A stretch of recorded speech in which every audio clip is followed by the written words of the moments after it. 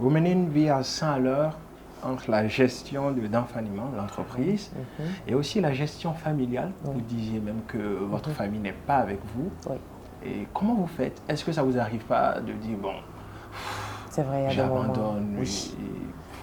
Il y a je des suis moments où fatigué? on a envie de craquer. C'est difficile, c'est une instabilité parce que quand Enfaniment a commencé, j'étais avec la famille. Après, pour des raisons professionnelles, mon époux a eu un poste à l'extérieur. Il est parti ensuite, les enfants ont rejoint. Et du coup, j'ai rejoint la famille.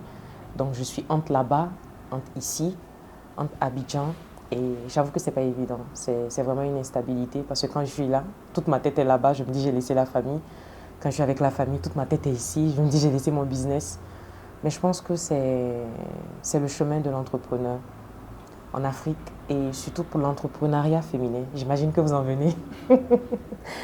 C'est le chemin de l'entrepreneuriat, surtout pour une femme qui est obligée de faire beaucoup de sacrifices. Déjà, vous parliez au départ du fait que pour des raisons familiales, j'ai dû sursoir à un poste qui était bien juteux. Ensuite, pour des raisons familiales, voilà, je ne peux pas être tout le temps là pour d'enfaniment. Mais j'aime toujours le dire, je ne manque pas de le répéter, il n'y a rien au-dessus de la famille. Vous êtes préparé à cela?